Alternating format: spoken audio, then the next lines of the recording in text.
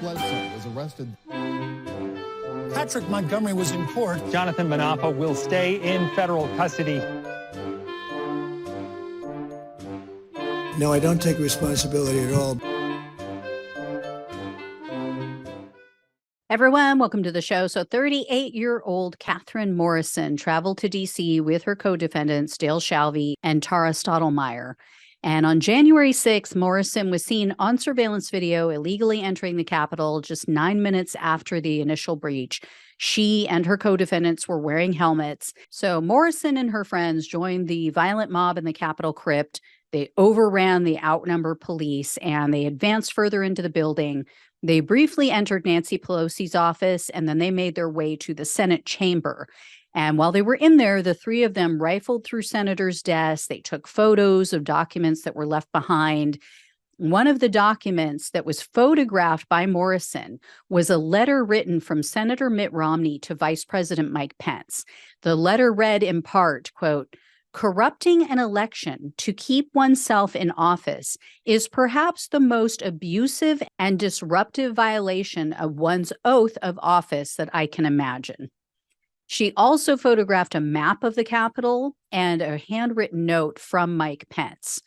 After approximately 43 minutes, Morrison and her friends exited the building, but they remained on the Capitol grounds for about another hour. So Morrison was arrested on February 10th of 2021, and she was charged with obstructing an official proceeding, entering a restricted building or grounds, 2 counts of disorderly conduct, and parading or demonstrating in a Capitol.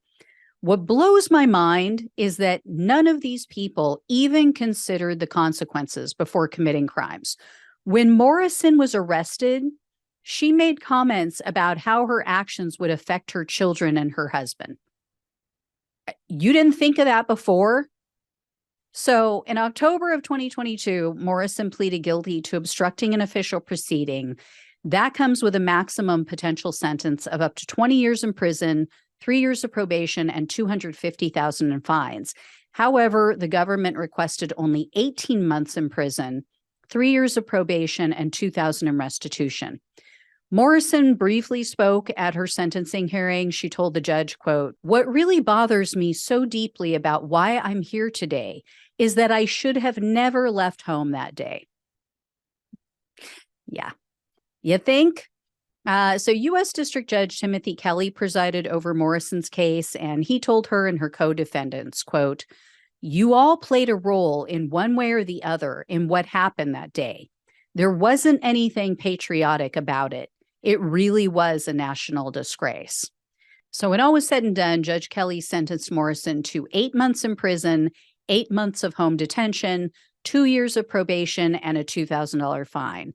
And the judge noted that Morrison's sentence was a lot lower than what the prosecutor requested because she has no criminal history and she has 2 young children at home. I get the no criminal history part, but she's not a single parent. She has a husband, right? And she had 2 young children at home when she went traipsing off to D.C. and to the Capitol to terrorize everyone in that building.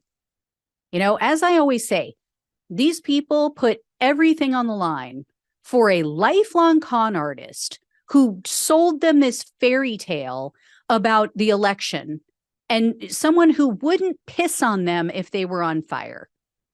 He was more important than their families. He was more important than her 2 young children. And then they get into court and they're boo-hoo-hooing about their spouse, their kids, their elderly parents. Try turning off Trump minion channels. Maybe you won't be lied into committing more crimes. I mean, seriously, that should not be a factor. If you had kids when you committed the crime, don't use that as an excuse to get out of going to prison for the full sentence. Anyway, guys, I'll let you know if I hear any more. Thank you so much for watching and listening. Please like, share, and subscribe. Please donate if you can. Even if it's a one-time tip or a super thanks, it's all helpful. It's all appreciated. Helps to keep the show going. Love you guys. Take care, and I'll talk with you soon.